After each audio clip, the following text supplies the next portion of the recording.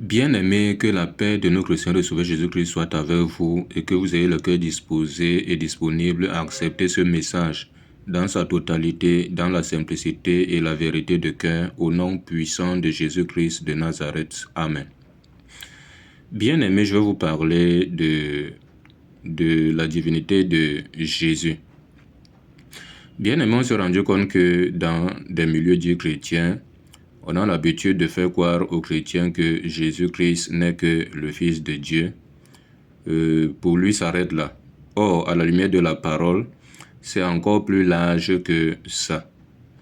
Parce que bien que la parole soit en train de nous dire, du moins la Bible, soit en train de nous dire que Jésus est le Fils de Dieu et qu'il y a un Saint-Esprit, ou qu'il y ait un Père ou un Dieu, parce que la Bible dit à Jean 3, verset 16, que Dieu a tant aimé le monde qu'il a donné son Fils, afin que quiconque croit en lui ne périsse point, mais qu'il ait la vie éternelle, à Jean 3, verset 16.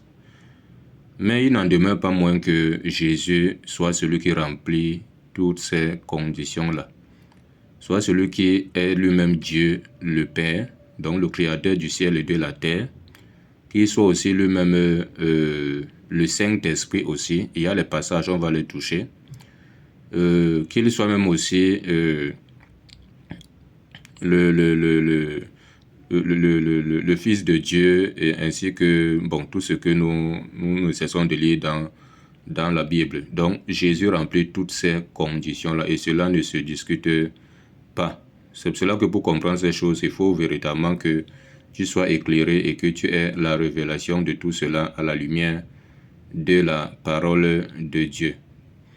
D'abord, Jésus-Christ est le même Dieu, le Dieu créateur du ciel et de la terre, pour que les gens ne soient pas dans la confusion. Voilà.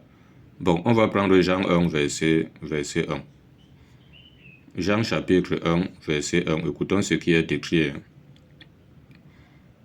Jean 1, verset 1 nous dit: au commencement était la parole, et la parole était avec Dieu, et la parole était Dieu. La parole dont on parle ici, là, c'est Jésus qui était avec Dieu, et la parole était Dieu. J'ai dit à quelqu'un un jour, est-ce qu'on peut dissocier cette personne-là et sa parole? Cette personne a dit non. Donc ça veut dire que ce soit la parole qui sort de ta bouche, et toi-même la personne qui fait sortir ces paroles de ta bouche, vous êtes un. Voilà, on ne vous sépare pas. Au verset 14 de Jean 1, verset 1 qu'on a d'abord lu, maintenant on descend au verset 14 de Jean 1. Ça nous dit: et la parole a été faite chair, et elle a habité parmi nous, pleine de grâce et de vérité, et nous avons contemplé sa gloire, une gloire comme la gloire du Fils unique venu du Père. Donc c'est la parole qui était avec Dieu, qui était Dieu, qui s'est faite chair. Donc c'est Dieu lui-même qui s'est fait chair. Et on va lire le passage. Ésaïe, on va continuer, Ésaïe 35. On va prendre rapidement Ésaïe 35. Écoutons ce que ça nous dit, pour que nous comprenions que c'est Dieu lui-même qui est descendu. Et qu'on arrête un peu de raisonner. Voilà. Ésaïe 35, à partir du verset 4 jusqu'au verset 6. Ésaïe 35, du verset 4 au verset 6, écoutons. Dites à ceux qui ont le cœur troublé, prenez courage, ne craignez point. Voici votre Dieu. La vengeance viendra, la rétribution de Dieu.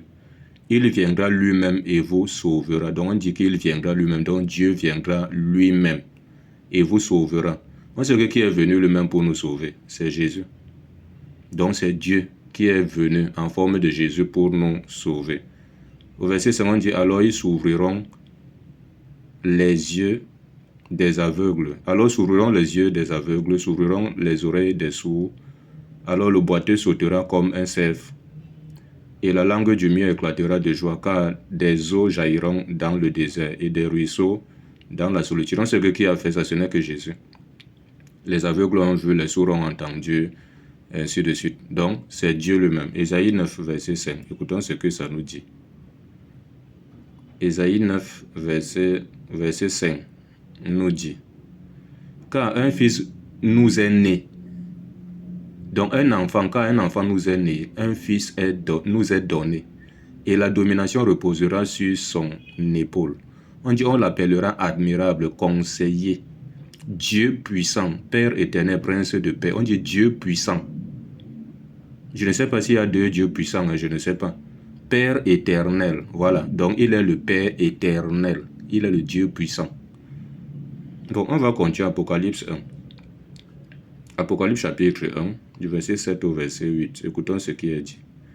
Apocalypse 1, du verset 7 au verset 8 nous dit: Voici, il vient avec les nuées et tout œil le verra. Même ceux qui l'ont percé et toutes les tribus de la terre se lamenteront à cause de lui. Oui, Amen. Je suis l'alpha et l'oméga, dit le Seigneur Dieu. Voilà, celui qui est, qui était et qui vient, le Tout-Puissant. On dit encore qu'il est le Tout-Puissant. Je ne sais pas s'il y a deux Tout-Puissants. Ok, on continue la parole de Dieu. Maintenant, on continue toujours. Il est le Père et il est Dieu lui-même. Et le Père créateur et tout ça, il est ça. Voilà, on continue.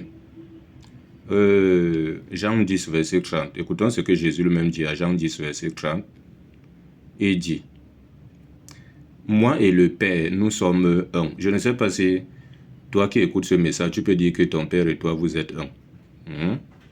Et pourtant, vous êtes deux personnes bien différentes. Mais Jésus prend celui de dire que lui et le Père sont un. Donc, ils forment un. Et Jean 14, à partir du verset 5, écoutons ce qui est dit. Jean 14, à partir du verset 5, on va lire jusqu'au verset 9. On dit, Thomas lui dit: Seigneur, nous ne savons où tu vas. Comment pouvons-nous en savoir le chemin? Jésus lui dit: Je suis le chemin, la vérité et la vie. Nul ne vient au Père que par moi.